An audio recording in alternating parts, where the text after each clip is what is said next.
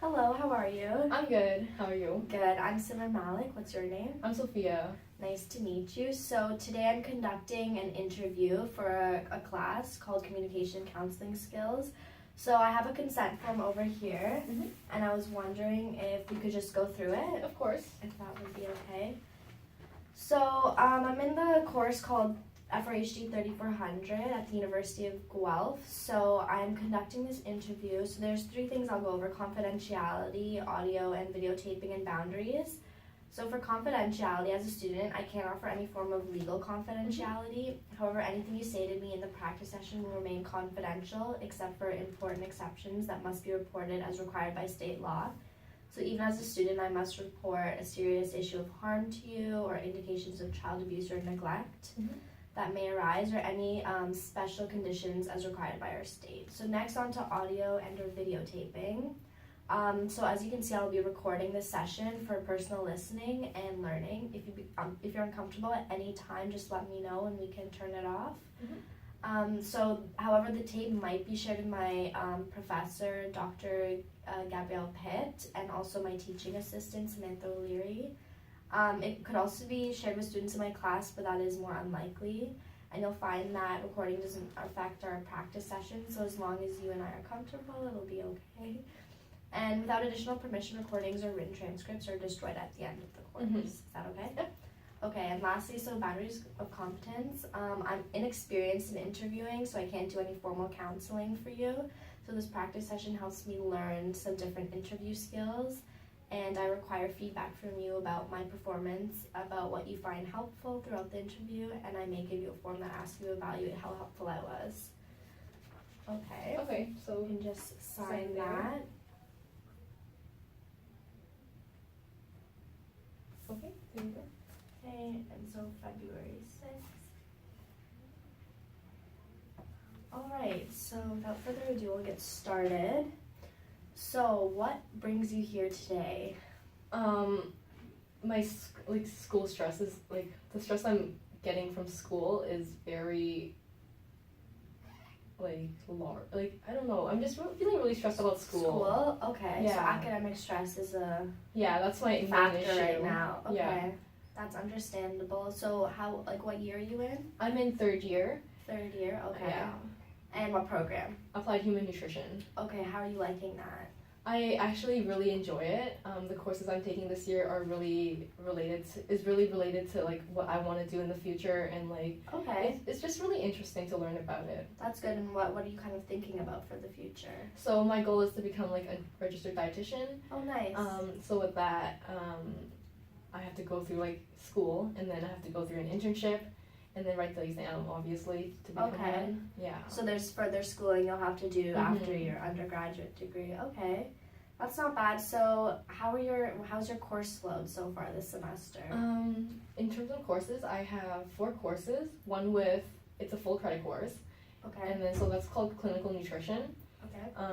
That course is the one that I'm really excited about, but it's also one of the ones that I'm really stressed about. Okay. So very heavy. Yeah, and then the other courses I'm taking are nutrition and aging and nutrition. The same class as you are, the Okay. counseling communication class, Okay. and nutrition and activity intervention. So a lot of nutrition-based courses for the semester. Okay. So more towards your program then. Yeah. Okay, that's not bad. So where do you feel the most stress? And is there a certain course you're feeling more stressed about?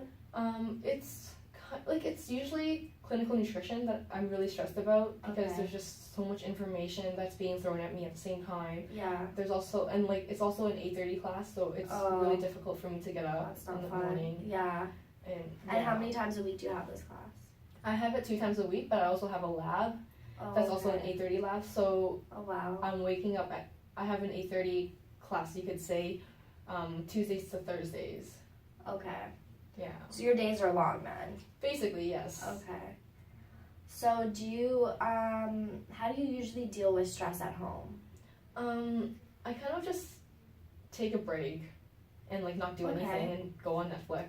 Okay, Yeah. that's something I would recommend doing. Sometimes when you feel a lot of stress, it's good to just set aside some time for yourself, Mm-hmm. take a breather, Yeah. and really put things into perspective. Because if it's affecting your mental health in the end, it should be worth it, I think. Yeah.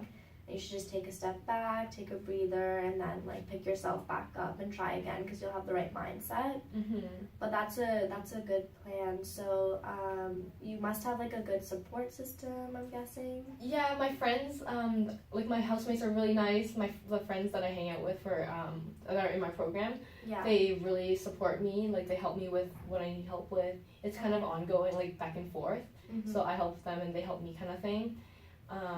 And my family, they're just really supportive in what I'm learning and like in my program and Okay, stuff. nice. So if Is your family far away or close by? they're in Toronto, so it's like they're Okay, it's not too far. Okay. Yeah, but I don't get to see them often because I'm here trying to get my work done. Okay. And then what on the weekends, are you finding yourself doing a lot of work, or do you take time for yourself as well? I find that I do a lot of work on the weekends just because that's the only time I can use to catch up on my work, especially if my weekday is like filled up with classes and other extracurriculars. So the weekends I usually use to do work and just catch up on my readings and stuff. Okay. Why do you think you feel this strong stress in your academics? Like, where is it rooted from?